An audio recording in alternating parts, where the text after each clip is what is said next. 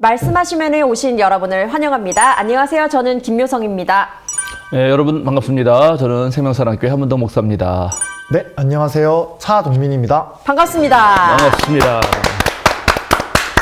오늘 날씨가 정말 좋아요. 그렇죠? 네, 우리가 촬영하는 기준으로 네. 어제 비가 와서 그런지 하늘이 아주 깨끗하더라고요. 그렇죠. 정말 새파란 하늘이 있어가지고 이런 날에 놀러 가야 되는데 생각을 했습니다. 똑같은 생각을 했어요. 아 그래서 그런지 앞에서 광합성을 하고 있더라고요. 네, 차동민 군이 벤치에 앉아서 혼자 이렇게 좀 있길래 제가 산통을 깨고 빨리 들어오라고 했습니다. 네, 봄에는 원래 볕을 좀 쬐줘야 돼요. 힘에 매가리가 없기 때문에 네, 삶에. 어디 뭐 놀러 가실 계획은 없으세요? 놀러 못 갑니다. 피곤해 보이세요, 엄청. 이거 피곤해요. 저도 피곤한데.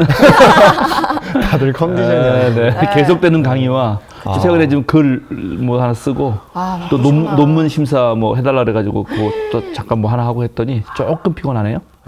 힘내시기 바랍니다. 네. 자, 맛있는 것 좀 챙겨 드시고. 네. 네.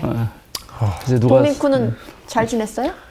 저는 또 엄청 일을 많이 하고 그러니까 네. 인스타 보니까 뭐 안식이 없습니다. 안식이 없다, 쉼이 없다. 네, 모든 걸 내려놓고 쉬어야 되는데 아. 제가 그러지를 못하고 있습니다. 네. 근데 젊을 때 사실은 자기 몸을 잘 관리해야 돼요. 그러니까요. 네, 그게 바로 나타나는 게 아니고 한 10년씩 뒤로 나타나거든. 누적이 돼서. 네, 그거는 40대 건강한 이유는 한 20대 정도에 잘 살았기 때문이거든요. 그래서 이제 20대를 망쳤단 만약에 그럼 이제 40대쯤 뭐가 문제가 돼요. 예, 30대 좀 그랬다. 그러면 한 50대쯤 이제 몸이 약간 신호가 힘들어요. 네. 그러니까는 미리미리 젊을 때는 잘 챙겨야 돼 진짜. 저도 이번 주에 좀 몸이 안 좋아가지고 왜요? 주말에 한번 감기 걸린 것 같은 느낌이었거든요. 그래서 병원을 바로 달려가서 약을 정말 바가지로 얻어먹어서 약을 바로 먹으니까 증상은 났더라고요. 근데 기력이 정말 훅 쇠해져가지고 제가 운동 시작한 이래, PT 시작한 이래 이번 주로 아예 통으로 쉬었어요. PT 못 가겠다. 쉴 때 쉬어야겠다. 그래서 선생님도 깜짝 놀라가지고 진짜 많이 아프구나. 그러면 서로를 위로하며 그렇게 원래 집에서 잘 안 빼셨군요. 절대로 안 빠지죠. 근데 집에서 계속 누워 있었어요 이번 주는. 안식. 안식, 쉼. 그래도 그렇게 초반에 딱 잡는 게 네. 잘하신 거죠 아주. 네. 아싸리. 힘듭니다.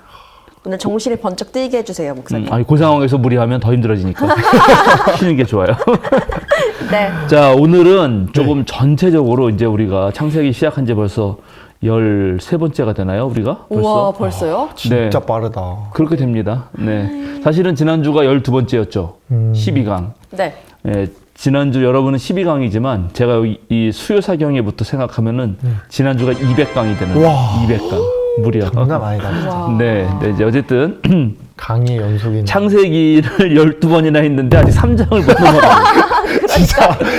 그래서 오늘은 종합을 좀 해야 돼요. 종합이라면 여태까지 종합인가요? 아니면 뒤까지 다 종합인가요? 아니요, 이제 창세기 3장까지 종합을 좀 해야 돼요. 아. 그래서 제일 중요한 얘기, 뭐 앞에서도 많이 했지만 네. 오늘 특별히 이제 선악과 따먹은 이야기. 네. 요거 갖는 또 의미가 있거든요. 그래서 오늘 종합을 해보려고 합니다. 좋습니다. 그 전에 또 우리가 지난주 복습은 해야 되니까. 그쵸. 네. 네, 지난주도 되게 재밌게 얘기했어요. 네. 죄를 범했을 때 인간의 심리 상태가 어떤가. 그쵸. 그죠? 심리 상태의 변화. 특별히 자기 방어 기제가 작동하고. 변명하기 변명하기 바쁘고 네, 회피하고 그쵸. 그런 거 좀 생각했고요. 죄의 결과는 관계의 파괴였다. 하나님 피해서 숨고 또 사람과 사람끼리의 관계가 파괴되고 또 자연과의 관계도 좋지 않아지고요. 그렇죠. 그리고 마지막으로 이제 그 죄를 지은 고통의 결과로서의 고통이 등장하는데 참 이 유혹자로 등장하는 존재는 이제 가장 비참한 상황을 맞는 거죠. 저 배로 땅바닥에 딱 붙어가지고 네. 그렇게 흙과 먼지를. 흙을 먹으면서 먼지를 먹으면서 살 수밖에 없는 존재이고 실제로 그 사람을 고통에 빠뜨리는 유혹을 하는 사람들은 네. 그런 벌을 좀 받아야죠. 그쵸. 예. 그리고 그래도 싸죠. 예, 그래야 싸죠. 그리고 이제 그런 유혹과는 아마 인류는 평생을 씨름해야 된다. 그죠? 그런 느낌 아니에요? 유혹과는 내내 싸워야 될 존재다. 예, 그 유혹은 계속해서 인류의 발 뒤꿈치를 물 테니까 그럴 때마다 인류는 유혹을 맞서 싸워서 머리를 짓밟아야 된다라고 우리 종교 철학적으로 이해해도 네. 좋을 것 같아요.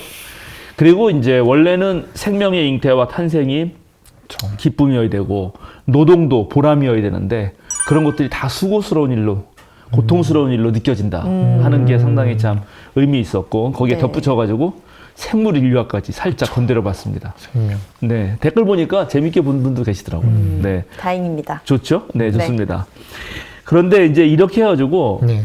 이런 얘기들을 조금 우리가 성서신학적으로 접근을 했는데 이걸 가지고 기독교 전통에서 제일 많이 얘기한 거는 원죄 얘기였어요. 원죄. 네. 이때 아담이 이렇게 죄를 짓는 바람에 이 아담이 지은 죄로 인해서 이제 이따가 배우겠지만 에덴 동산에서 추방도 당하고 그 뒤로는 이제 타락한 인간이 계속해서 죄를 물려받는다. 네. 이런 생각을 초대 기독교 변증가들이 했거든요. 그런데 성서 내적으로는 그런 얘기가 아니라는 거. 아, 그래요? 그렇죠. 여기서 지금 뭐 죄가 유전된다라든지 뭐 이런 얘기는 없잖아요. 네. 다만 이거는 오히려 우리가 살아가면서 왜 이 세상은 지난 몇 주 전에 했는데 왜 이런 비극과 고통과 자 아까 말한 관계가 어그러지고 왜 이렇게 노동하는 게 힘들고 그죠? 애를 낳고 기르는 것도 괴로운 일이 됐는가? 이제 이런 문제를 오히려 성찰하고 있는 거죠. 우리의 실존적인 상황을. 그렇죠. 그러니까 세상에는 우리도 그런 고민하잖아요. 왜 세상에는 악이 가득한가? 그래서 이제 이 문제가 기독교 신학자에게 되게 중요한 문제예요. 하나님은 전능하시고 하나님은 사랑이신데 왜 세상은 이렇게 고통이 만연한가? 네. 이게 각각을 놓고 보면은 어느 하나도 부정할 수가 없거든요. 하나님은 전지전능하시겠죠. 하나님이 전지전능하지 않으면 믿을 필요가 없잖아. 네, 그쵸? 믿을 수도 없고. 사실 네. 하나님 당연히 전지전능할 거예요. 하나님은 사랑이시죠. 그렇죠. 예, 그건 성경에 명시로 나와요. 하나님은 사랑이시다 이렇게. 네. 그러면 세상에 악이 있는 것도 맞죠. 고통도 존재하죠. 그렇죠. 예. 각각 다 맞죠. 네. 근데 전지전능하시고 사랑이신 하나님이 왜 악을 허락하시지? 다 뜻이 있다. 그렇지. 이제 이런 질문에 대해서 네. 그동안 교회에서 많이 해온 맞아요. 말은 다 뜻이 있다예요. 그러니까 그런 줄 알아. 뭔가. 이런 거였죠, 약간. 다 더 너가 알지 못하는 네. 그게 이제 욥기에 욥이 엄청 고난을 당하는데 아무 이유 없이. 네. 근데 그래서 욥이 막 내내 그냥 하나님한테 따지잖아요. 근데 하나님이 와서 내가 태초에 천지를 창조할 때 네가 거기 있었느냐, 내가 땅에 기둥을 세울 때 네가 거기 있었느냐, 계속 그런 식으로 약간 윽박 지르듯이 네. 말씀하시거든요. 욥이 한마디도 못해요. 네. 그때 없었지 당연히. 네. 근데 그런 식으로 얘기하면 실제로 고통당하는 사람, 고통 현장의 한가운데 있는 사람, 특별히 원인을 잘 알 수 없는, 네. 그리고 내가 정말 잘못해서 받는 벌이라면 이해되지만 그렇지 않은 상황에서의 생기는 문제라면 그거는 해답이 안 되죠. 그렇죠. 예, 오히려 그건 더 상처를 주죠. 그렇죠. 그러니까 그런 대답은 맞지가 않아요. 이제 그럼에도 불구하고 물론 이제 그런 알 수 없는 불행이 찾아온 거는 어쩔 수 없는 경우도 있지만 그렇지 않고 왜 인간들은 이렇게 힘든 죄악이 만연한 세상을 살게 되었나에 대한 고민이란 말이에요. 이 얘기에는 그게 담겨 있다. 아, 어떻게 생각해요? 첫 번째 대답은 이런 걸 수 있잖아요. 세상에는 선신이 있고 악신이 있다. 두 개의 신이. 그래서 선신이 네. 선하도록 사람을 이끈 반면에 네. 악신은 계속 또 사람들을 악하게 한다. 그렇게 계속 대립하고 있다. 대립하고 있다. 선과 악이. 그래서 선과 악의 싸움이 있는 거고 그건 존재하는 거다. 이렇게 해설할 수 있죠. 네네. 예, 그게 이제 페르시아의 조로아스터교 같은 경우가 그렇게 네. 해석했어요. 이원론적인 생각이죠. 그러면 이걸 과연 유대교나 그리스도교가 인정할 수 있을까요? 세상엔 아니요. 선신도 있고 악신도 있다? 아닐 것 같은데. 인정을 못할 것 같아요. 인정 못하죠. 왜냐하면 세세상에 진짜 신은 하나님 한 하나님만. 분이라고. 유일신. 그쵸. 네, 하나님 한 분이라고 고백하잖아요. 네. 그쵸. 그럼 다시 또 묻는 거죠. 그럼 왜 악이 존재해요? 그럼 그것도 하나님의 뜻이라고 아까 말했다 그랬잖아요. 그러면 하나님이 악을 만들어냈나요? 그거는 하나님의 뜻이라며. 아닌 것 같습니다. 그거 아닌 것 같아요? 네. 그래요? 하나님은 악을 만들어내지 않아요? 네, 그게 사람들끼리의 그런 교류로 인한 어떻게 보면 그러니까 서로 이제 약간 되게 인위적이고 어허. 그런 걸로 약간 대립을 하다 보니 그런 악이 발생하지 않나. 악은 자연 발생이다. 네. 그런데 약간 그런 걸로 인해서 약간 깨달음을 얻게끔 하는 하나님의 뜻이 아닌가. 스스로 널 깨달아라. 너가 겪어보고 약간 경험. 그러니까 악은 하나님이 발생시키는 건 아니지만 네. 네. 하나님은 그 악을 통해서 뭔가 다른 식으로 사용하신다. 이렇게 그쵸. 상당히 괜찮은 이 신학적 그런 변증인 것 느낌인 같아요. 것 같습니다. 그런데 창세기의 이 얘기는 네. 분명히 하나님은 아니라고 말하는 거예요. 지금 여기 고통을 당한 게 있었잖아요. 아까 말한 대로 뱀이 막 땅으로 기어다니고 하는 네. 여러 가지 고통이 하나님이 그렇게 하도록 한 건 아니죠. 그렇죠? 하나님이 그렇게 그러니까 하는 원인을 제공한 건 아니죠. 네네. 그 원인 제공은 정확하게 누구였냐면 인간이었죠. 네, 그렇죠. 인간이 어떤 행동? 그런 좀 약간 이기적인 욕망? 욕망? 그렇지. 먹지 말라는 네. 걸 먹었단 네. 말이죠. 네. 절대 해서는 안 되는 것을 한 것이 그쵸. 문제였다는 거예요. 그 인간이 분명히 악을 발생시키는 원인이었어요. 그렇죠. 그러면 100% 인간 잘못이냐? 인간을 만드는 하나님 잘못이냐? 그러니까는 그렇게까지는 말 안 하지. 네. 예, 100% 인간 잘못이냐라고 물었을 때도 우리가 놀랍게 창세기는 100% 인간이 자기 뜻을 한 것은 아니다라고 또 말하고 싶은 거예요. 그럼 뭐요? 유혹에 넘어갔잖아요. 네. 유혹에. 이 부분을 봤다는 게 대단히 우리의 삶에 신기한 거예요. 그러면 우리도 생각해 보는 거지. 우리 삶에서 왜 우리가 고통을 당하는가 보면 그게 전적으로 내 잘못인가? 하나님의 뜻인가? 하고 생각해 보면 나는 의도하지 않았으나 네. 나는 원하지 않았으나 어떻게 상황이 꼬여서 되는 경우도 있고 그쵸. 어떤 경우는 나도 모르는 사이에 아까 말한 네. 유혹에 빠져서 그렇죠. 속임수에 넘어가서 네. 하는 경우가 많이 있죠. 그러니까 실제로 창세기는 그 얘기를 하고 싶었던 거다. 그 얘기를. 그러니까 너희가 고통을 당하지 않으려면 지금 실존적 상황은 고통 속에 살아가는데 네. 고통을 당하지 않으려면 이제 뭘 살펴야 되느냐? 전적으로 네가 의도해서 한 거 아닌 거 내가 안다. 어? 그렇다고 하나님이 악을 만들었다라고도 말할 수 없다. 근데 가만 봤더니 인간은 유혹에 빠지더라. 어떤 상황이 되면 자기도 모르는 상황에 넘어가더라. 이거를 이제 폴 리케르라고 하는 대단한 철학자가 이렇게 얘기하고 있어요.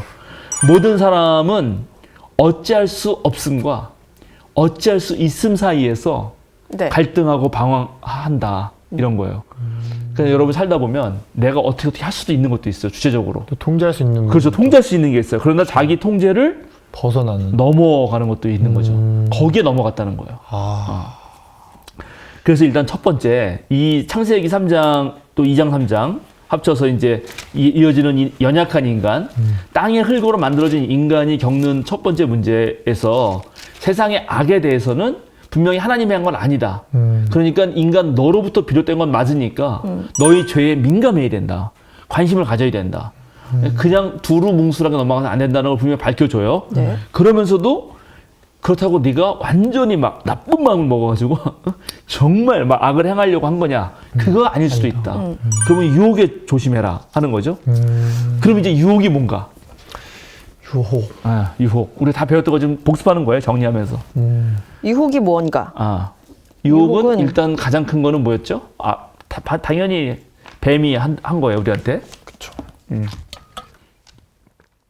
바로 저 열매를 먹으면 안 된다. 하나님과 같이 된다. 하나님과 같이 된다라는 거죠. 저는 선 악을 알게 하는 나무는 선과 악이 이제 모든 지식을 상징한다 그랬잖아요. 반대편에 있는 극단에 있는 거를 다 말함으로써 모두를 포함한다. 예를 들어서 하나님이 하늘과 땅을 지으셨다. 그러면 이제 하늘과 땅만 지은 게 아니라 하나님 하늘과 땅에 있는 전체를 다 지으셨다라고 이해하듯이 선악을 알게 하는 그 나무 열매를 먹으면 내가 하나님처럼 된다. 라고 하는 게 일단 가장 큰 문제였다는 거예요. 전지전능한 능력을 그렇죠. 얻는다. 그러니까 전지전능하려고 하는 거. 네. 그러니까 너는 전지전능하지가 않은데 전지전능하려고 하는 유혹이 가장 큰 유혹이라는 거예요. 네. 인간의 삶에 있어서. 맞아요. 그런 거. 누구나. 네. 그게 정말 그래요. 이런 말들은 집에 앉아서 곰곰이 생각해 봐야 되거든요. 내가 언제 실수하나? 그러면 대체적으로 내가 전능한 인간이 되려고 하거나 전능하지 않은데 전능하다고 착각할 때. 맞아요. 주제 파악 맞아. 못할 때. 그렇지. 너 주제를 알아라. 그렇지. 그래서 제가 그때 강의할 때도 우리 선생님이 쓴 책, 티끌만도 못한 주제. 그리고 우리 어릴 때는 맨날 농담을 했어요. 야, 너 산수를 배웠으면 분수를 알고, 국어를 배웠으면 주제를 파악해야지. 이렇게 농담을 했어요. 이게 옛날. 저 어렸을 때도 그런 농담이 있었던 것 같아요. 그 옛날 고리적.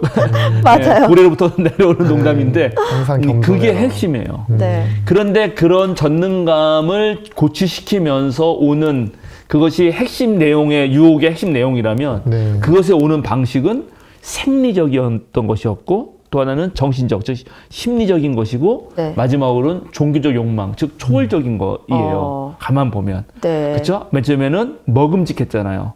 그러니까 우리 몸이 약할 때, 우리 몸이 지치거나 할 때 그때 보통 고통이 오거든요. 맞아요. 맞아요. 나중에 맞아요. 뭐 혹시 진짜 여러분도 뭐 가정을 힘들 때. 꾸리고 같이 살 날이 있겠지만 사람들하고 누군가 이렇게 다툼이 있을 때 가만 보면 상대가 잘못한 경우도 있는데 보통 내가 힘들 때, 내가 배고프거나 짜증나거나 지쳐 있는데 괜히 맞아요. 건드리면 예민해. 그게 트리거 방아쇠가 돼가지고 맞아요. 내가 괜히 막 화내고. 그래서 그런 얘기 있잖아요. 부부싸움 하기 전에는 일단 밥부터 먹어라. 그래, 그런 거 네. 맞아요. 밥을 먹어야 좀 이제 예. 도파민? 아니요, 전두엽이 뭐가 이렇게 생성되면서 그 뭔가 이성적으로 할 말을 하고 하지 않을 말을 담게 된다고 하더라고요. 그렇죠. 네, 맞아요. 아주 정확한 지적이에요. 네. 근데 한국 사회에서는 아직도 가부장적인 어떤 문화가 많아가지고 맞아요. 보통은 밥 차리는 걸 여성이 많이 한단 말이에요. 아직도. 네네네. 네, 그래서 나중에 보면은 그런 거에 익숙한 남성들이 밥을 안 차려주면은 많이 삐지고 실제로 이혼 사유에 그게 되게 많다고. 근데 내 아내가 맨날 나한테 그 얘기해요. 야, 남자들은 맨날 밥 안 차려주면 다 이혼하더라.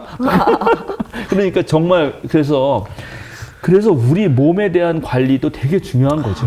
맞아요. 그러니까 우리 건강. 동민군처럼 약간 이런 트레이너 하는 분들은 더더욱 그쵸.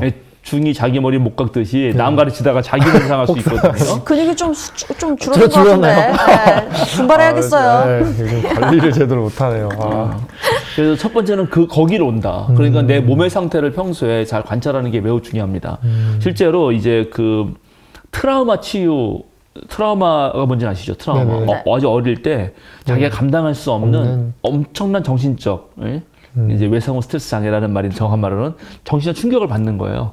그러면 그것이 잘 안 고쳐지거든요. 네. 뭐 예를 들어서 제가 자주 예를 드는 건데 어릴 때 벌을 받았던 쏘인 쏘였다. 거. 네. 엄청난 막 땅벌 같은 거 있거든요. 추석 때 뭐 이제 성묘 가면 땅벌 네. 같은 게 막 몰려와가지고 그래가지고 쇼크 있었다. 만약 6살 때 그런 일을 당해서 쇼크가 넘어졌는데 간신히 살았다. 근데 그런 게 하나의 트라우마가 되면 벌 소리만 나도 내 의지와 무관하게 네. 나의 논리적 사유와 무관하게 몸이 굳습니다. 예, 그러면 이거를 치료해야 될 거 아니에요. 그쵸. 어떤 방식으로든지. 그럴 때 치료하는 방식 중에 하나가 평소에 자기를 잘 관찰해서 몸의 상태를 관찰해서 제일 좋은 거 있죠. 자기 편한 거. 음악도 자기가 좋아하는 음악이 있어요. 무슨 음악 좋아하시나? 내가 뭐 저는 클래식은 바하 네. 이반 세바스찬 바하를 좋아하거든요. 뭐 그런 거라든가 우리 큰아이는 잔나비 노래를 되게 좋아하는데 뭐 이런 노래라든가 그다음에 나는 어떤 색깔을 좋아하나? 나는 방에서 잠을 잘 때도 가운데서 자는 걸 좋아하나 아니면 옆에 붙어 자는 걸 좋아하나? 그리고 우리 학교 가면 대학교 때 가면 좌석이 정해져 있지 않잖아요. 그러면 학기 초에 꼭 애들이 앉는 좌석이 있어. 네. 근데 거기를 꼭 고수해. 그렇죠. 가만 보면 자율인데 왜냐면, 항상 앉는 자리에 앉는. 그 자리가 편하거든요. 그런 방식으로 자기가 아주 좋아하고 편안해한 것을 관찰하고 알고 있는 거예요. 그러다가 그러한 트라우마적 상황이 다시 재생되는 상황이 됐을 때 빨리 그런 걸 하는 거야. 그러니까 빨리 세바스찬 바하 노래를 틀고 응? 그다음에 자기가 좋아하는 커피 한 잔을 마시고 그다음에 초록 색깔을 보고 뭐 이렇게 하면은 다시 몸이 다시 푸드. 괜찮아지거든요. 자기를 아는 게 중요하네요. 그렇죠. 진짜. 어떻게 하면 괜찮아진다. 뭐 네, 이런 그렇죠. 정도. 그러니까 이게 지금 이 상세기 3장이라는 게 이렇게 인간의 고통의 문제를 이런 식으로 고민하고 있었다.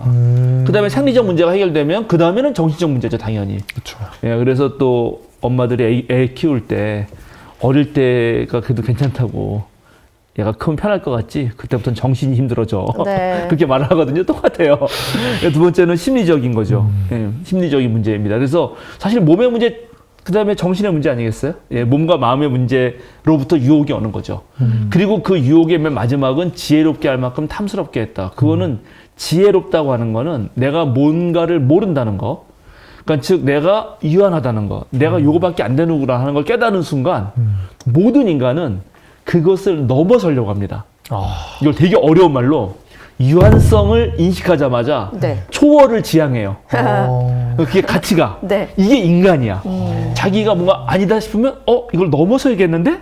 근데 이것이 사실은 문명도 만들어 왔고 그렇죠. 예, 이것이 인간을 지금처럼 이 발전할 수 지구상에서 발전하게 만든 거기도 한데 또한 그것이 과도하게 될 때, 그것이 균형을 잡지 못할 때, 즉 알고자 하는 유한성을 넘어서는 그 무한한 욕망이 유한성보다 과도하게 커질 때 그러면 사는 게 다 고통이에요.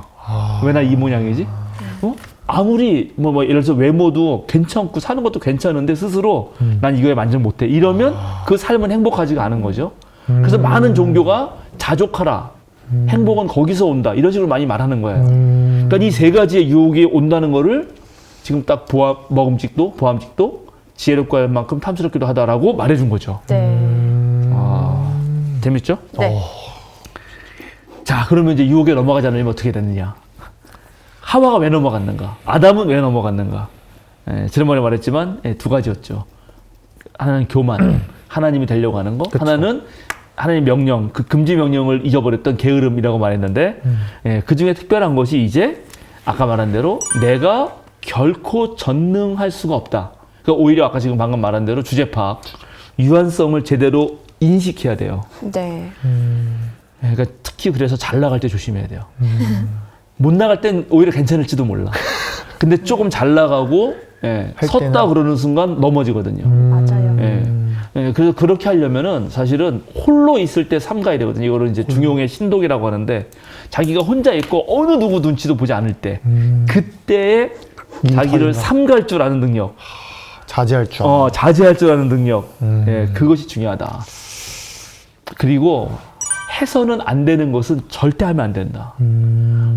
근데 보통 이제 이게 한참 젊을 때가 약간 문제인데 네. 젊을 때는 이 왕성하잖아요. 네. 혈기왕성. 네, 왕성하니까 그때는 자기가 해서는 안 될 것도 구분을 왠지 괜찮을 것 같거든. 이겨낼 수 있을 것 같아요. 이거 될 것 같거든. 그래가지고 그 한국에서 자살 이제 연구를 해보면은 자살 시도는 놀랍게 이제 물론 노인들이 가장 많습니다. 지금 독거 노인들이 워낙 많고 네. 삶이 힘드셔서.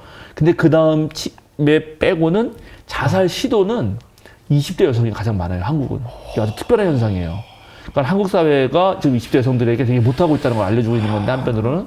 근데 자살 시도는 20대 여성이 많은데 자살 성공률은 20대 남성이 압도적으로 높아. 또 그래요? 신기하다. 왜냐 하면 바로 제대로 해.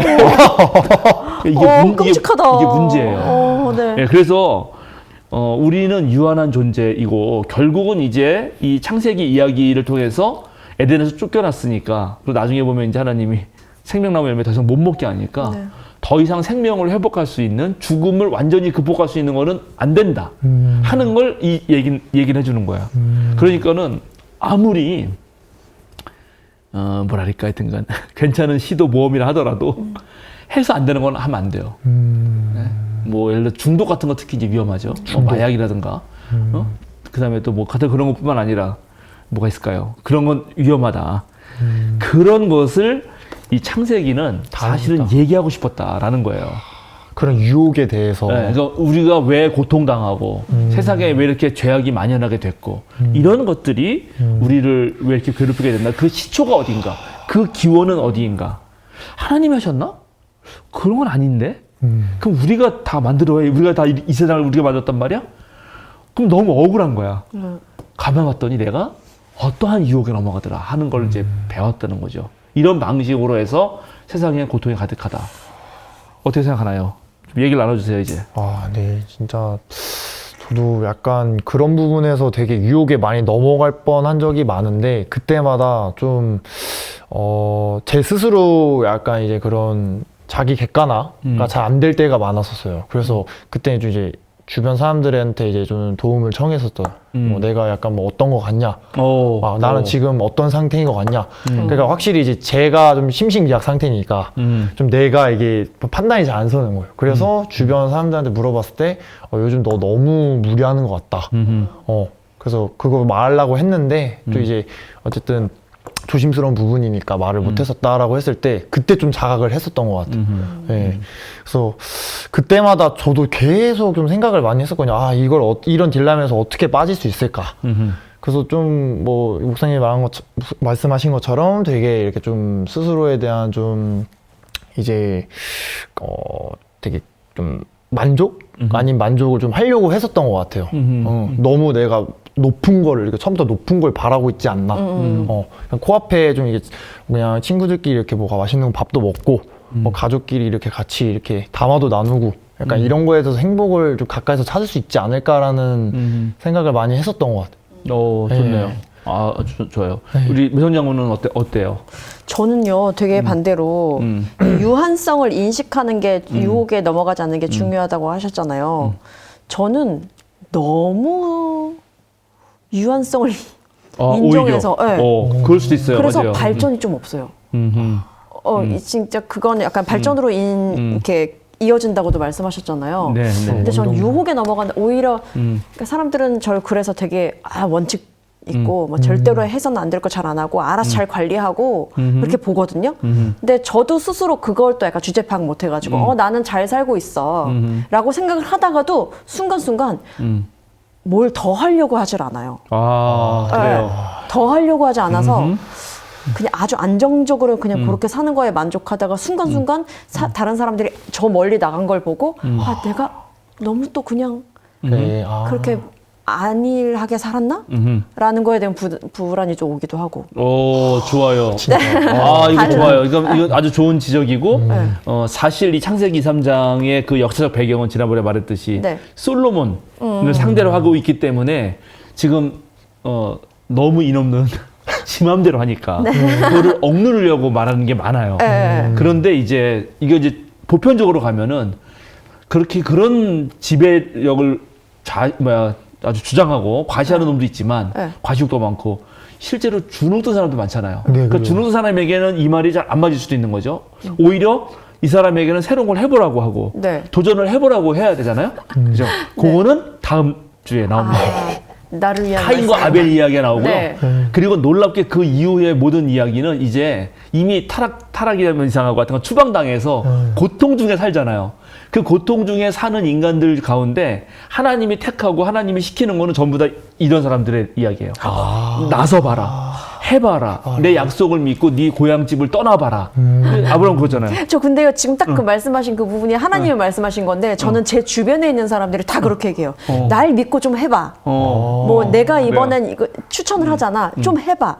내 의견이 지금 맞다고 생각하면 날 믿고 해봐. 라는 이야기를 주변에서 되게 많이 하시거든요. 그래가지고 이렇게 딱 못 이기는 척 이렇게 해요. 그럼 또 이제 그쪽으로 풀리기도 하고 제 인생이 약간 좀 그랬거든요. 약간 수동적이기도 하고 그리고 저를 사람들이 되게 자신 있어 보이고 진취적으로 보기도 하는데 오히려 저희 가족이 저를 봤을 때는 너 이렇게 자신감이 없어? 라고 보기도 하거든요. 궁금한 게 있는데 그러면 좀 어떻게 인생을 살 때 이렇게 좀 수동적으로 살아야 되는지 능동적으로 살아야 되는지 그 중간이 너무 그러니까 이게 뭔가 그거에 대한 원동력이 될 수도 있지만 좀 해가 될 수도 있는 부분이니까 그래서 항상 그게 저도 계속 숙제라고 해야 되나? 계속 그거에 대해서 고민을 많이 하는 부분이긴 합니다. 맞아요. 그러니까는 적절한 게 제일 어렵죠. 네. 예, 그래서 도울 김용옥 선생님은 중용이라는 책이에요. 도양의 중용. 중용이라는 책을 보면은 내가 그 무당 얘기를 하면서 그 책 저자가 칼날 위에서 무당들이 막 뛰잖아요. 예, 그런 것도 할 수 있지만 중용은 힘들다 그렇게 말해요. 적절하게 상황에 맞춰서 행동하는 게 더 어렵다. 그렇죠. 그래서 도울 선생 같은 경우가 그래서 불경 만근에 되는 책을 읽는 것보다 중용 한 권이 더 무게가 나간다. 더 중요하다. 그 정도로 힘들다 이렇게 말을 하는데 이제 그거를 살피는 방법이 있는 거죠. 그것이 모든 종교 전통에 다 있습니다. 불교에는 명상 같은 게 있듯이 그리스도교에는 기도가 있어요. 근데 기도는 이제 한국의 많은 일반적인 교인들은 기도를 하나님하고 주고받기식 아니면 주시옵소서. 아니면 주시옵소서나 주고받기식이거나 아니면 이제 일본말로 쇼당. 그 뭐죠? 상담인데 상담이 일본말로는 쇼당인데 아니면은 쇼부. 쇼부 치는. 쇼부를 치려고 하거든. 승부를 내려고 해요. 하나님 나 이거 할 수 있으니까 해주세요. 나 믿음 있으니까 주세요. 이런 식으로 일종의 자본주의식의 교환 경제 개념으로 기도를 하거든. 자판기 마냥. 하나님 나한테 은혜를 주십시오. 내가 이렇게 열심히 교단했는데 해야 되지 않습니까? 뭐 이렇게 나 이런 어려움이 있는데 하나님 당신 사랑하는 딸로서 내가 잘 살 테니까 해주십시오. 뭐 이런 식인데 맞아. 이런 식의 기도는 사실은 예수님 원하시는 건 아니었고 물론 어려움이 있을 때 탄식하고 아뢰는 건 좋은 일이죠. 근데 일단 솔직한 게 가장 중요한 거죠. 그렇죠. 그런데 사실 기도의 오랜 전통은 첫 번째가 자기 반성적 사유. 하나님 앞에서 내가 잘 살았나? 내가 어떤가? 아까 말한 대로 내가 지금 힘을 낼 땐가? 아니면 힘을 죽일 땐가? 내가 지금 남의 사람 얘기를 좀 귀 기울여 들을 땐가? 아니면 내 목소리를 낼 땐가? 이런 거를 여쭈는 자기 반성적 사유고요. 두 번째는 하나님의 뜻을 묻는 거예요. 하나님은 나에게 뭘 원하시는가? 근데 하나님의 뜻을 묻는 것이 타자들과, 즉 내 주변에 있는 사람들과의 관계 속에서 되는 거라서 이제 자기 반성을 했으면 타자들, 내 주변에 있는 사람들과 그 주변 사람들과 엮이는 상황 반성. 상황 봤어. 이게 커요. 이제 그런 거를 하면서 거기에서 하나님의 뜻을 찾아나가는 거거든요. 근데 그게 오랜 기독교인들, 그러니까 기독교 전통에서 신앙이 깊은 사람들은 그걸 해보면은 이제 훈련이 되는 거죠. 훈련이 돼가지고 이때는 내가 이렇게 하는 게 좋겠다라는 것이 이제 판단이 되기도 하고 때때로 떠오르기도 하고 그러면 이게 하나님이 나한테 주신 뜻인가 보다 이렇게 느끼기도 하고 그런 일들이 생깁니다, 사실은. 그래서 지금 아까 동민군이 말한 대로 상당히 의미가 있어요. 근데 오늘날 이제 한국 사회에서 보면은 자, 여기서도 지금 가장 크게 경계하는 유혹은 선악을 알게 하는 나무의 지식을 먹었다는 거예요. 그러니까 모든 지식을 자기가 알고 있다. 그러니까 모든 것이 가능할 것 같다. 그런 게 오늘 한국 사회에서는 당연히 돈이 많으면 그래요. 물질. 돈이 만약에 예를 들어서 우리가 지금 여러분 돈이 많을 것 같기도 하고 돈이 별로 없으니까 별로 안 타락하지. 돈이 진짜 많으면 평생 써도 될 만한 돈을 가지고 있다 그러면 인생이 별로 할 게 없어요.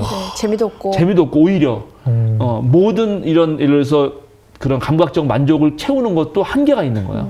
마약도 많이 하고. 그러니까 오히려 그게 더 우리를 악의 우렁탕 가기가 쉽다고. 내가 지위가 높아지면 높아질수록 내가 전능감이 높아지잖아요. 착각을 하는. 그럴 때 폭력적 행위를 할 저게 높아요. 그 높은 지위인 사람들이 우리 국민들을 개돼지로 보거나 그렇죠. 그리고 지금 우리나라 정부도 보면은 검찰이 갖고 있는 가장 큰 오해가 뭐냐면 자기네가 제일 똑똑하다라고 생각하는 거거든요. 그럴 때 오히려 그런 생각을 하면 내가 모든 지식을 가지고 있고 너는 나보다 모르고 내가 너보다 많이 알고 나는 금방 배울 수 있고 이런 생각을 하는 순간 자신도 모르는 사이에 어떠한 이런 고통의 상황을 만들어낸다. 그러니까 지금 이런 말들은 이게 특별히 창세기 2장 3장은 솔로몬 시대에 쓰이면서 솔로몬 왕국과 이어지는 솔로몬이 왜 중요하냐면 사울에서 다윗으로 넘어갈 때는 그게 세습이 아니거든요. 사울 임금 다음에 다윗은 다른 집안이에요. 근데 다윗에 솔로몬 넘어갈 때는 세습을 하잖아요. 그러니까 벌써 전제 군주적 왕권이 이제 세습 정권이 되는 거예요. 그러니까 그런 식으로 간다 그러면 태어나면서부터 왕자잖아. 그리고 계속 그런 성경에서 왕자에서 받고 그쵸. 나중에 그러다 왕이 되잖아요. 그랬을 때 조심해야 된다라는 거를 더 말해주는 거기도 합니다. 자, 이제 이 정도면은 우리가 인생을 살면서 언제 유혹을 넘어가는가 살피고 고통에 훨씬 덜 빠질 거다. 그죠? 지덕체 챙기기. 자, 좋습니다. 이제 이 정도 하고 오늘도 몇 가지만 더 봐야 되는데요. 네. 그러면 유혹에 넘어간 인간을 하나님이 어떻게 하셨나? 벌을 주셨는데, 자, 우리가 지난번에 못 읽었던 창세기 3장 20절에서 24절까지 읽어봅시다. 3장 20절에서 24절 읽어주세요. 아담은 자기 아내의 이름을 하와라고 하였다. 그가 생명이 있는 모든 것의 어머니이기 때문이다. 주 하나님이 가죽옷을 만들어서 아담과 그의 아내에게 입혀주셨다. 주 하나님이 말씀하셨다. 보아라, 이 사람이 우리 가운데 하나처럼 선과 악을 알게 되었다. 이제 그가 손을 내밀어서 생명나무의 열매까지 따서 먹고 끝없이 살게 하여서는 안 된다. 그래서 주 하나님은 그를 에덴 동산에서 내쫓으시고 그가 흙에서 나왔으므로 흙을 갈게 하셨다. 그를 쫓아내신 다음에 에덴 동산의 동쪽에 그룹들을 세우시고 빙빙 도는 불칼을 두셔서 생명나무에 이르는 길을 지키게 하셨다. 이것이 이제 최종적 결과입니다. 일단 전체적으로 보면은 이제 에덴 동산에서 쫓겨났어요. 추방당했어요. 그리고 하나님이 생명나무의 열매까지 따서 먹고 끝없이 살게 해서 안 된다고 생각하셨기 때문에 이제 더 이상 생명나무 열매는 못 따먹죠. 그러면 이제 죽습니다. 유한적이네. 이제 정말 유한성을 인식해야 되는데 진짜 유한자가 된 거죠. 그러면 이 인류는 끝나는 거야, 여기서. 안 끝난다. 안 끝난다. 생명의 보존을 위해서 계속. 자, 어떻게 되느냐? 20절. 아담은 자기 아내의 이름을 하와라고 하였다. 그가 생명이 있는 모든 것의 어머니이기 때문이다. 이제는 어떻게 해요? 바로 자기 아내와 이 둘, 정말 에제르, 서로 돕는 사람의 둘의 연합의 관계로 인해서 모든 생명이 이어져 가는 거죠. 이제 하나님 말을 안 들었지만 이제 드디어 둘 사이에 아주 인격적이고 둘이 함께하는 만남을 통해서만 너희가 생명을 앞으로 유지할 수 있을 거다. 네. 라는 거 하나 알려주는 거예요. 그걸 어떻게 알려주냐? 여기서 처음으로 하와의 고유 명사가 등장하죠. 아, 그러네. 하와. 하와라는 이름. 네. 그냥 사람이 아니에요. 일반 사람이 아니라고요. 아담도 그때 왜 세 가지로 분달했잖아요. 그냥 네. 사람 전체, 또 남성만을 뜻하는 것. 그렇죠. 예? 그리고 여기 여성도 예를 들어서 이슈에서 나왔으니 이슈라고 할 때는 남성에 대한 여성 전체, 그러니까 다른 걸 뜻했는데 이제서야 이 여성이 아니라 하와라고 하는 고유한 인격체로 불립니다. 네. 그죠? 네. 그러니까는 이제 뭐 죄를 진 것 때문에 이렇게 실존적 상황이 벌어졌고 우리의 삶은 어떻다? 결국은 다 이제 고통 빠질 수밖에 없고 우리가 어찌할 수 있는 건 어찌할 수 있겠지만 어찌할 수 없는 상황에 넘어지고 그래서 관계도 깨지기도 하고 그죠? 사는 게 괴롭고 애 낳는 것도 괴로운 상황이 됐는데 그러면 그런 상황에서 어떻게 우리가 생명을 유지하고 살아가란 말이냐라고 딱 질문할 수 있잖아요. 네. 그렇죠. 그럴 때 너희 각자가 서로 고유한 인격체로 선 다음에 고유한 인격체로 대우하면서 거기로부터 생명을 유지하며 살아라. 그가 첫 번째 명령이라는 거야. 챕터 2가 진짜 빡세게 시작이 됐네요. 진짜. 아시겠죠? 그래서 이제 네. 맞아요. 그래서 제가 이제 우리 대학교에서 20살짜리 내 아들과 똑같은 애들한테 가르치고 있는데 물어봤어요. 지난번에. 혼자 사는 외로움과 같이 사는 괴로움 중 어느 게 더 클 것 같니? 그랬더니 우리 애들이 다 혼자 사는 외로움이 클 것 같다는 거죠. 오. 그래서 걔들은 이제 뭐 같이 살겠지. 어떤 방식이냐 모르겠지만. 네네. 예, 그게 꼭 뭐 남녀랄 필요 없어요. 그렇죠? 뭐 어떤 방식이든지 같이 네네네네. 살 텐데. 일이죠. 그럴 때 제일 중요한 거는 서로가 서로를 고유한 인격체로서 존중해야 한다는 것이다. 매우 어려운 거군요. 아, 진짜. 그래야지 어려움을 헤쳐나가죠. 네. 여전히 한쪽이 한쪽을 지배하는 방식으로 한다면은 그건 안 되는 거야. 그래서 맨 처음에 이 사람 아담으로부터 두 번째 사람이 나왔지만 이제 이 두 번째 사람으로부터 모든 인류가 나오죠. 그러면 서로 이제 동등해진 거죠. 그게 첫 번째다. 재밌죠? 네. 이걸 통해서 이제 아담과 하와를 통해서 인류가 불멸하게 됐다. 인류는 죽은 적이 없습니다. 네, 네. 개인은 다 그렇죠. 죽었지만 인류는 아직 죽은 적 없어요. 그러네요. 그렇죠. 이어지고 있네요. 계속 이어지고 있죠. 지금까지도. 공룡은 사라졌어요. 예. 근데 우리는 안 그러잖아요. 그 다음에 21절 읽어주세요. 도민군. 21절. 네. 주 하나님이 가죽 옷을 만들어서 아담과 그의 아내에게 입혀주셨다. 네. 이제 두 번째로 하시는 거는 옷. 하나님이 배려를 해주신다. 네. 그러니까 하나님이 뭐라 그랬어요? 원래 선악을 알게 하는 나무 열매를 먹으면 죽는다고. 그래 죽는다. 그쵸. 근데 실제로 안 죽었단 말이에요. 네. 네. 그러니까는 그 뱀의 말에 맞았지. 죽지 않는다. 그런데 사실은 죽는 존재가 됐죠. 네. 그러니 근데 오히려 하나님은 실제로 죽이진 않았다. 네, 하나님이 그 말을 그럼 왜 하셨을까? 그거는 바로 그런 인간의 고통이 너무 심하기 때문에 그 고통을 당하지 않게 하기 위한 아주 강력한 경고였다는 걸 알 수 있고 오히려 인간이 그런 일을 저질렀을 때도 하나님은 죽이는 게 아니라 이제 가죽 옷을 입혀서 자기가 만든 네. 그 무화과 나무로 가린 약간 뭐랄까 허접한. 그치. 제대로 보호할 수 네. 없는 그런 게 아니라 가죽 옷을 입혔다. 근데 이게 이 가죽 옷을 입혔다는 게 상당히 뭐랄까 큰 힌트예요. 어떤 힌트요? 동물. 왜냐면 그렇지 가죽 옷이면은 그쵸. 어떻게 돼?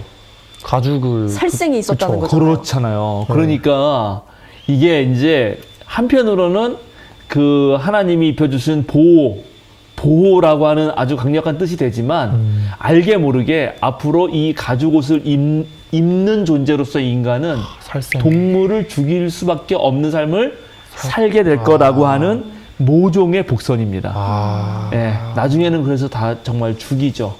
그래서 이제 먹거리가 동물 먹거리가 되죠. 그래서 옛날에 그 2000 몇 년인가 그 노아라고 하는 영화가 있었거든요. 러셀 크로우가 노아로 나오는. 제목은. 아, 그래요? 예, 노아 이 방주에 하는 네. 노아. 나오는 거예요. 거기 보면은 알겠다. 러셀 크로우가 이렇게 어떤 표징으로 하나님이 만들어진 어떤 표징으로 삼는 가죽 옷을 뱀 껍질로 이렇게 몸을 감은 게 나와요. 그거는 뱀의 허물 같은 걸로 그것도 네. 가죽이잖아요. 네.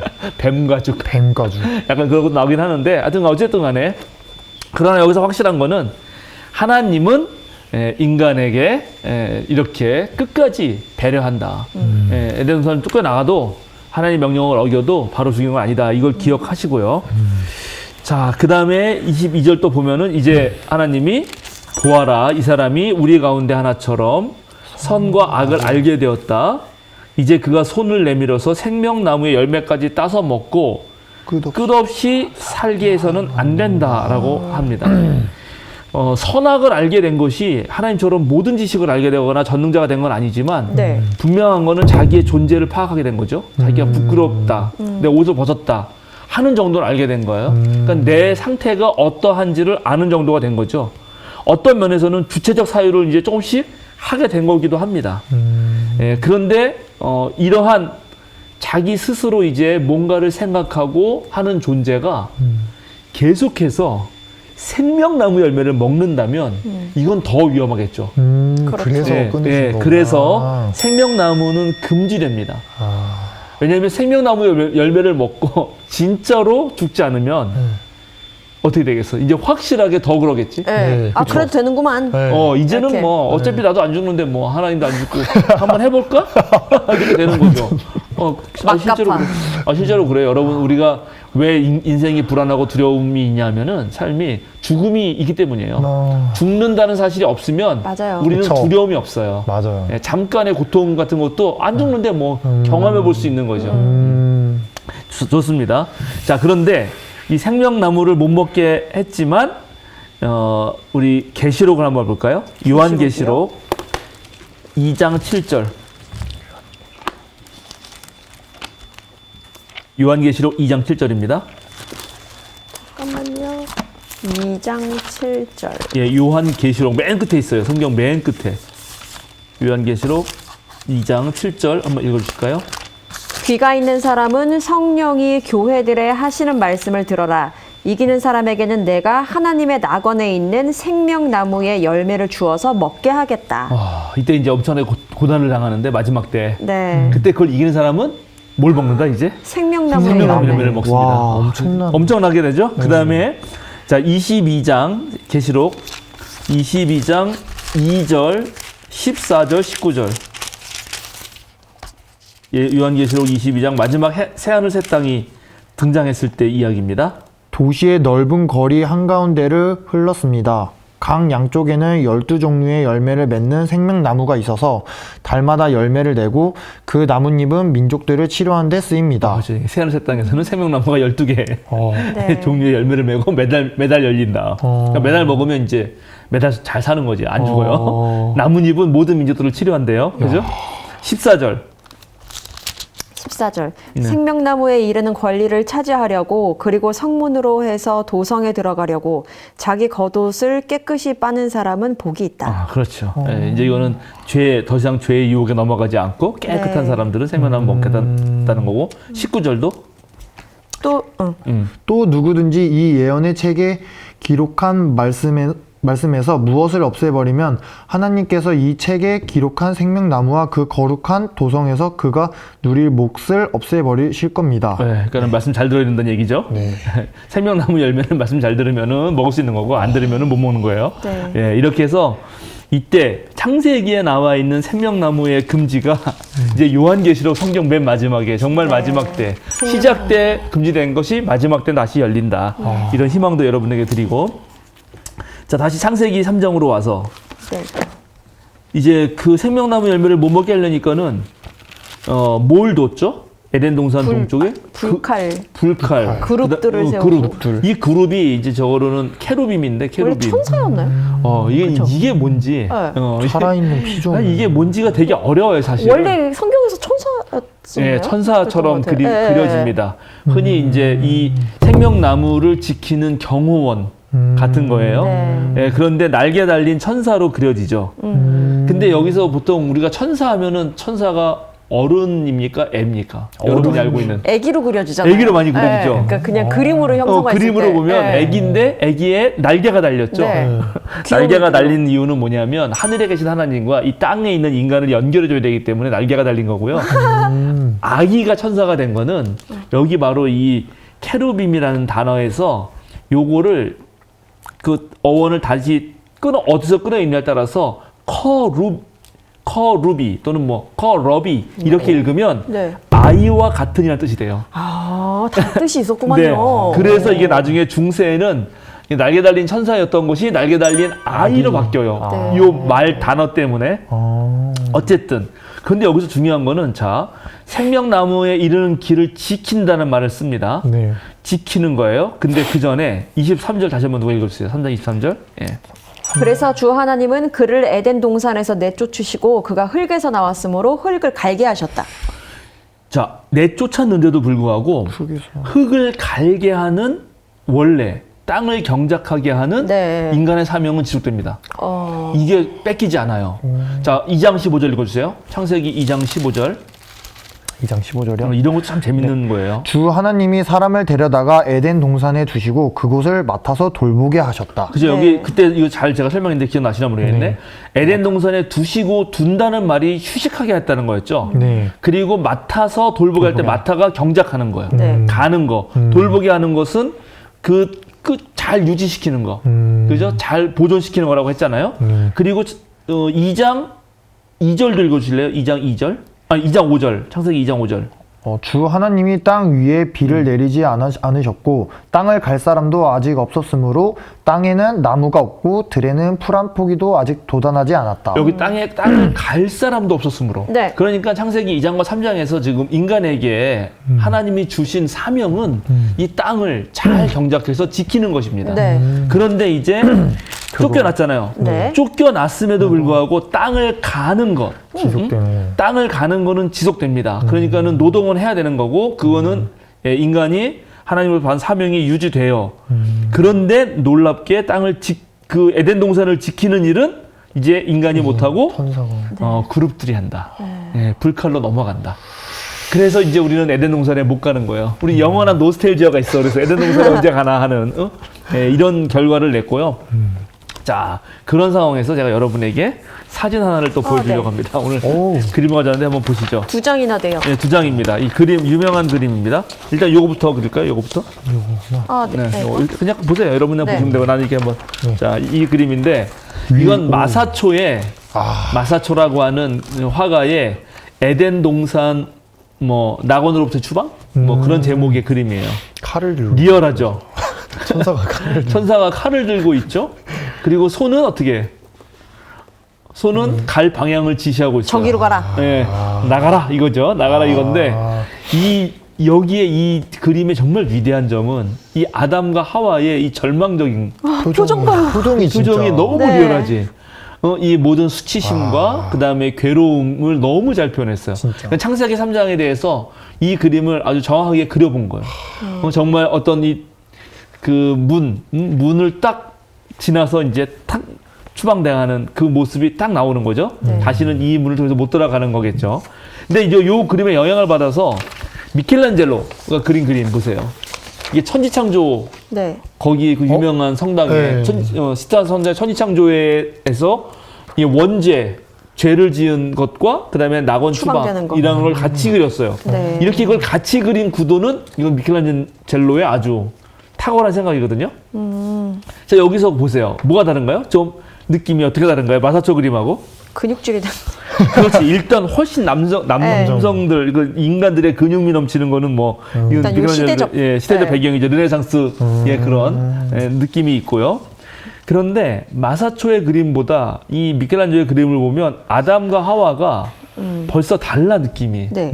여기는 고통과 절망인데 여기는 약간 그냥 그렇죠. 수치 정도? 그리고 약간 반항하는 것 같죠. 남자는 반항기 있어요. 남자 약간 그렇죠. 여자는 쭈구리 같고. 여자는 쭈그렸지만 여전히 저쪽 그 선악과를 보고 있죠.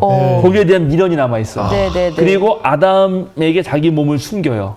그러니까 마사초가 그린 아담과 하와는 서로 대등한데 이 미켈란젤로가 그린 아담과 하와는 아담 밑에 약간 자기 몸을 숨어서 숨깁니다. 그리고 이 선악을 알게 한 나무 열매를 따먹는 것도 보면 아담이 직접 따먹어. 그렇네요. 미켈란젤로 그러네요. 보면. 손을 그렇죠. 뿅. 네. 그러니까 이거는 또 미켈란젤로 해석이지. 네. 성경은 그렇게 나와 있지만 아담 네가 따먹었지. 그리고 약간 성경을 열심히 봤네. 반항기가 있잖아요. 반항기. 네. 이 아담이 이 칼 들고 있는 컨 천사. 천사한테 네. 이렇게 막 하죠. 네. 뭔가 그런데 저르가 이런 느낌. 약간 이런 느낌. 네. 이런 하지 마, 느낌이죠. 하지 마. 약간 그런 느낌 있잖아요. 근데 제가 이제 이 그림을 들고 온 거는 여기에서 보면 지금 천사가 약간 다르죠. 네. 천사가 마사초는 양손이 다 나옵니다. 네. 여기 지금 한 손만 리얼하게 나오죠. 네. 근데 어느 손이 나옵니까? 지금 미켈란젤로는 어느 게 강조됩니까? 왼손 왼손. 네, 거기에 목을 들려 있죠. 네. 검 같은 건가요? 그렇죠. 몽둥이 같은. 네, 칼이 들고 있는 그죠? 칼이나 검이 들고 있는 그게 강조되죠. 근데 이 마사초는 안 그러죠. 이게 왜 그런가? 요걸 내가 설명해 주려고. 자, 다시 창세기. 창세기 네, 마사초 그리면 손가락이 너무 많은 것 같아요. 좋아요. 맞아요. 창세기 23장 창세기 3장 23절 24절 보면은 이렇게 나옵니다. 자, 그래서 생명나무 열매까지 하다가 먹겨서 안 되겠다 하면서 하나님이 그를 에덴 동산에서 내쫓으시고 그가 흙에서 나왔으므로 그를 흙을 갈게 하셨다. 그 다음에 24절에 그를 쫓아내신 다음에 이렇게 나오죠. 네. 근데 우리 번역은 이걸 다 둘 다 내쫓으시고 쫓아내신 다음이라고 마치 같은 단어처럼 번역을 했는데 네. 옛날 번역으로 보면은 이게 그렇게 안 하고 23절에 보면 뭐라 하냐면 옛날 번역 여호와 하나님이 에덴 동산에서 그를 내보내요. 내보내다. 네. 그의 근원이 된 땅을 갈게 하시니라. 그리고 24절에 보면 이같이 하나님이 그 사람을 쫓아내시고 이게 달리 번역했어요. 이 번역이 더 정확한 번역인데 번역은 뭐냐 하면 둘이 달라요. 번역이. 하나는 내보낸 거예요. 그냥. 하나는 더 확실하게 내쫓은 거야. 네. 그래가지고 이거를 마사초는 다 생각하면서 한쪽에는 너 일로 가라 하는 내보내는 손, 네. 한쪽에는 이 칼 들고 내쫓는 그걸 다 그려주는 거예요. 다 넣고. 다 넣는 건데 디테일. 디테일하게. 그런데 미켈란젤로는 이 둘 중에 어느 걸 더 강조할 것이냐.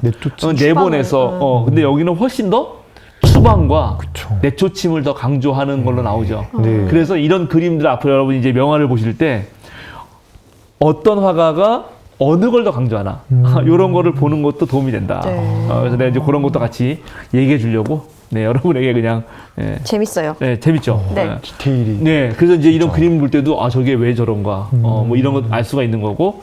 네, 정말 리얼하잖아요. 그러니까 훨씬 마사초가 성경에 있는 느낌을 리얼하게 살렸죠. 그런 것 더 같아요. 정확하게. 이 미켈란젤로의 그림은 훨씬 더 자기 해석이 강하게 된 거예요. 그러니까 이 그림 볼 때도 이렇게 되는 겁니다.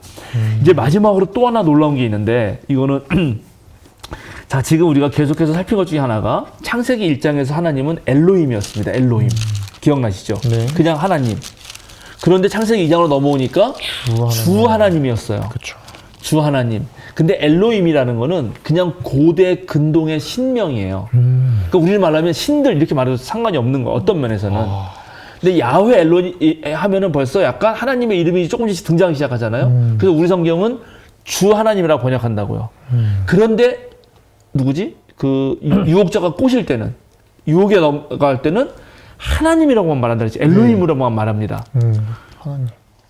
아시겠습니까? 그래서 창세기 1장, 2장, 3장에는 그냥 엘로힘으로 나오거나 또는 야훼 엘로힘으로만 나와요. 네. 그리고 엘로힘으로 나올 때의 사람은 하나님의 전체 창조물 중에 하나로서 맨 마지막에 창조된 인간이에요.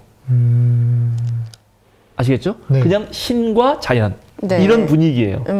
그런데 야훼 엘로힘 좀 더 이제 친근한 사람 이름이 나오는 것처럼 네. 뭐라고 해야 되나? 그러니까 목사님 뭐 이렇게 말하는 거하고 한 분 더 목사님 이거 다르잖아요. 네. 그럼 뭔가 선 긋는 가까워. 느낌. 관계가 있는 것 같잖아요. 목사님은 다 이래 이런 거 말하는 거고 한 분 더 목사님은 이래 이렇게 하는 거 약간 다르죠. 그래서 그렇게 벌써 두 번째 나올 때는 이제 아담이 말을 할 줄 알아. 막 짐승들을 불러다가 네. 언어로 규정을 해요. 개념을 해. 하나님이 이 세상을 만드시고 다 너는 뭐 첫째 날이 지났으니까 뭐가 되고 빛이 있으라고 빛이 있었고 너는 낫을 주관하게 하고 이렇게 하는 걸 본따 가지고 야훼 엘로힘을 만난 인간은 또 똑같이 그렇게 동물들도 규정하고 또 여자를 데리러 갔을 때도 뼈 중에 뼈라고 말을 해요. 이제 언어적 인간이 된 거야. 그냥 자연물 중에 하나가 아니라 근데 이 언어라고 하는 거는 사실 사유의 능력이에요. 네. 인간만이 언어를 쓰는데 이 언어를 쓴다는 거는 생각할 줄 안다는 겁니다. 그래서 언어가 고급지고 언어가 뭐랄까 다양하고 다양한 어휘를 쓸수록 그 사람이 생각이 더 깊고 넓고 폭넓고 하던 그런 거예요. 아시겠죠? 네. 우리 대통령 언어가 너무 사실은 그러시긴 한데. 저 지금 저 반성했어요. 그래요? 오늘 생방하면서 계속 적합하지 않은 단어를 써가지고 너무 창피해요. 네. 그런 게 있네요. 그래서 지금 정확과 적확 이 네. 두 개 단어를 아는 것도 쉽지 않아요. 대부분 사람은 정확만 알거든. 그렇죠. 정확도 있고 적확도 있거든. 그러니까 이런 식으로 어쨌든 네. 그런데 이제 마지막에 이 아담이 자기 아내 이름을 고유한 명사로 하와라고 부르잖아요. 그래서 이제 드디어 완전히 상대방도 고유한 인격체로 대우하죠. 네. 그리고 그때서야 자기도 이제 진짜 고유한 하나의 개인으로 아담이 됩니다. 그리고 4장이 되면은 아담과 하와가 정말 이제 고유한 두 명, 딱 그 사람으로 동침해요. 자, 네. 4장 1절 한번 보세요. 4장 1절 읽어주세요. 아담이 자기 아내 하와와 동침하니 아내가 임신하여 가인을 낳았다. 하와가 말하였다. 주님의 도우심으로 내가 남자 아이를 얻었다. 그렇죠. 네. 근데 4장 1절에 지금 거기에 하와가 말할 때 하나님 이름은 뭐죠? 여기? 지금 주님. 주님이라고 나오잖아요. 네. 여기는 엘로힘이 없어요. 빠져. 이게 너무 놀라운 거예요. 이게. 이 주님이라는 말로 우리가 번역됐지만 그 원래 원어로 보면은 야훼거든. 야훼. 딱 하나님 이름만 부른 거야. 이제 야훼 하나님이 아니고 야훼의 도움으로. 그러면 이건 완전 다르죠. 아까 이제 보세요. 자, 그죠. 아까 목사가 더 편하겠네요. 그죠. 목사님. 한문더 목사님. 에다가 문더가 완전 다른 거야. 그쵸, 느낌. 그렇죠. 네. 예, 그러니까 이게 너무 놀라운 게 인간이 다른 인간을 고유한 인격체로서 만나는 순간부터 이제 하나님도 완전히 고유한 인격체로 만나더라.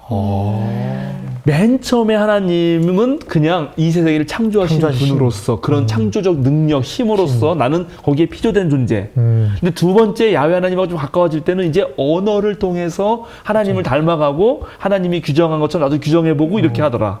근데 이제 사람과 사람 사이에서 아주 고유한 인격체로 만나는 그 순간부터는 여기서 뭔가의 어떤 힌트를 얻었는지 모르지만 하나님도 고유한 인격적으로 대우하더라 하는 것을 성경이 은연중에 보여줍니다. 너무 중요한 포인트 같아요. 진짜 그렇죠. 네. 디테일하다. 야, 이런 것이 사실은 성경이 가지고 있는 놀라운 거예요. 우리가 이제 제가 지금 그 또 신학교 학부에서는 철학과 신학의 만남이라는 수업을 하거든요. 그래서 이제 철학사, 신학사, 이 신학의 2000년 기독교 신학사의 열을 다 가르쳐요. 근데 그거를 이렇게 가르치다 보면은 하나님이 인간 사회에서 아주 노골적으로 등장하게 되고 전적으로 문제가 되는 거는 인간들의 문제가 있기 때문이에요. 네. 인간들이 이 자연을 상대하고 자연에만 관심 가질 때는 하나님이 그렇게 잘 등장하지 않아요. 네. 그런데 오히려 이 자연의 문제가 잘 해결되지 않아서 자연을 잘 모르니까 우리 문제를 풀자라고 할 때 놀랍게 하나님이 더 가장 중요한 분으로 등장해. 왜냐하면 인간의 유한성을 느끼는 순간 이 유한성을 넘어서는 초월적 하나님이 필요하니까. 근데 성경이 똑같이 지금 인간끼리 고유한 객체로서 고유한 나와 너로서 만나는 순간부터 하나님도 그렇게 인격적인 존재로 아주 치명적으로 등장하더라 하는 거를 놀랍게 창세기 1장, 2장, 3장, 4장으로 넘어가면서 하나님의 이름이 바뀌는 걸 통해서 알 수 있다. 네, 저번에 하나님이 그 안에 계시고 뭐 통하여 계시고 맞아요. 그게 딱 이 말씀인 거예요. 그런 겁니다. 그런 거예요. 바로 지난번에 허석광 목사님이 오셔서 그죠? 하나님의 존재 방식이 이제 초월, 내재, 네. 또 초월, 내재를 포함해서 내재하면서도 초월하는 이 방식을 알려주면서 그 에베소서 말씀을 읽었단 말이죠. 그런데 때로 하나님이 우리에게 어떻게 등장하시느냐, 그리고 인간이 하나님을 어떻게 이해하느냐는 세월에 따라서 상황에 따라서 다르게 해석돼 왔어요. 하나님이 바뀐 게 아니라 하나님을 만난 인간의 생각이 바뀐 거거든요. 그래서 하나님, 여기서 중요한 거 제가 맨 마지막에 이 얘기를 하고 싶었던 이유는 뭐냐면 인간이 언어를 사용하고 규정할 때 하나님의 그런 인격적인 모습을 조금 깨달았던 것처럼 더 하나님의 인격적인 만남이 비롯된 거는 놀랍게 아담이 하와라고 불렀을 때부터다라는 거예요. 그러니까 이 말은 예수님이 하나님 사랑과 이웃 사랑이 온 율법서의 핵심이다라고 말할 때 하나님 사랑한다는 것은 결국 이웃 사랑을 통해서밖에 증명할 수 없다라고 말한 것과 너무 여실히 통한다. 맞아. 자기 주변에 있는 사람을 인격적 존재로 대우하지 못하는 사람은 하나님도 인격적 존재로 만나기 어렵다. 라고 말하는 것이 알게 모르게 있다. 근데 이런 거는 이제 이렇게 신학 공부한 사람의 설명 안 들으면 100번 읽어도 그냥 넘어가요. 그냥 네. 됐습니다. 오늘 할 얘기 다 했어요. 이제 종합적으로 이제 어떻게 앞으로 저기 고통에 안 빠지고 유혹에 넘어가고 잘 살 수 있을 것 같아요? 네, 노력해봐야죠, 아무래도. 그리고 이제 고통에 빠져서 힘들 때는 말한 대로 주변에 있는 사람과 함께 맞아요. 그 문제를 풀어가고 네. 그리고 그렇게 내 주변에 있는 사람들과 아주 인격적 만남을 할 때 오히려 그 느낌으로 하나님도 만날 수 있다. 이게 오늘 얘기. 왜 그런 거 있잖아요. 사람을 통하여서 일하신다. 맞아요. 교제를 통하여서 역사하신다. 막 이런 말씀을 되게 많이 들었고 그거를 많이 체험하기도 했는데 그게 바로 이 창세기에서 아담과 하와를 통해서 드러난다는 거는 오늘 처음 알아가지고 그래서 이건 정말 굉장히 이때부터 일맥상통하는 이야기구나 맞아요. 라고 깨달았어요. 그러니까 고대 이게 정말 이게 쓰인 것은 이게 언제 도대체 쓰였는지 모르거든요. 그게 또 구전되고 물론 최종적으로 편집된 거는 기원전 한 뭐 500년 그 어간일 텐데 그러면 지금부터 2500년 전 사람들의 최종 작품이란 말이에요. 그런데 2500년 넘도록 이러한 구도, 인간들 사이에서 벌어지는 이런 심리 상태, 언제 죄에 빠지고 언제 고통을 당하고 그럴 때 또 어떻게 극복할 수 있는지 하는 문제는 그렇게 달라진 게 없다. 그렇죠. 오늘도 괜찮았습니까? 네. 네. 너무 정말 좋았습니다. 뜻깊은 시간이었던 것 같습니다. 지난번에 이제 우리 허석권 박사님 들어왔을 때 어떤 분이 댓글 달면서 창조과학 열심히 연구하는 분 그만 비판하고 너희들 논리를 얘기하라 이렇게 댓글 하나 다셨더라고. 근데 이제, 물론 이제 그분이 아마 충분한 이 만족을 못 하셔서 다른 거기도 해요. 그런데 이제 창조과학 그리고 창조과학의 방법론 즉 성경을 문자적으로 과학적 사실로 읽은 다음에 그것을 자연과학적 어떤 것에 빗대어서 증명하려고 하는 방식은 객관적 세계, 객관적 세계를 규명하는 거잖아요. 그런데 기독교 신앙은 우리가 성경을 왜 읽느냐? 성경은 그런 객관적 세계를 알려고 읽는 게 아니에요. 그렇죠. 역사적 사실을 내가 정보를 얻으려고 읽는 게 아니라고요. 성경을 읽는 거는 그러한 객관적 사실이 됐든 무엇이 됐든 간에 그걸 통해서 내가 어떻게 살아갈 것이냐. 나는 하나님을 어떻게 해석하고 내가 어떻게 받아들여서 어떤 자세를 가지고 살아갈 것이냐 때문에 읽는 거거든요. 네, 이거를 이제 키에르케고르라고 하는 되게 중요한 하여튼간 기독교인. 네, 그 사람은 평생 자기가 참된 기독교인 되려고 했거든요. 그분이 말한 되게 중요한 말이 있는데 진리는 주체성에서 오는 거다. 그런 객관적인 모두가 다 아는 진리가 아니라 정말 기독교 신앙의 진리는 그런 걸로 증명할 수 있는 게 아니다. 그 나중에 이제 제가 한 번 더 자세하게 할 건데 그러니까 오늘 이 말씀을 읽고 진짜 뭐 뱀이 말을 할 줄 알아? 뱀이 말을 할 줄 안다는 걸 예를 들어서 객관적인 사실로 말한 다음에 네. 와 그런 과학적 증거가 있다더라. 이전엔 보니까 땅을 배로 이렇게 기어다녔으니까 그 전에는 다리가 있었지 않았을까? 그럼 다리가 있었던 어떤 무슨 화석이 나왔다더라. 이런 식으로 증명하는 방식으로 성경을 읽는 거는 저처럼 기독교 신학이나 이런 인문학을 오래 한 사람에게는 이게 완전한 범주의 오류인 거예요. 이 얘기를 통해서 우리가 고통에 내가 빠지면 안 되겠구나. 내가 섰다고 생각했을 때 언제든 넘어질 수 있구나.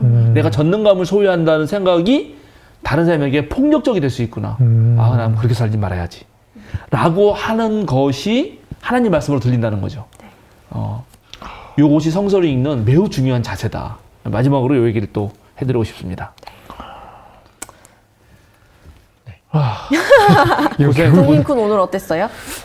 일단은 제가 이제 이렇게 어쨌든 창세기 1장, 2장, 3, 4, 4장을 이제 하면서 느낀 건데 그냥 뭔가 이제 시대가 계속 발전을 하고 뭔가 이렇게 바뀌긴 하지만 이때에서의 그런 좀 교훈이라 해야 되나? 그런 부분은 사실 크게 지금과 다르지 않다라는 거를 조금 느끼고 있고요.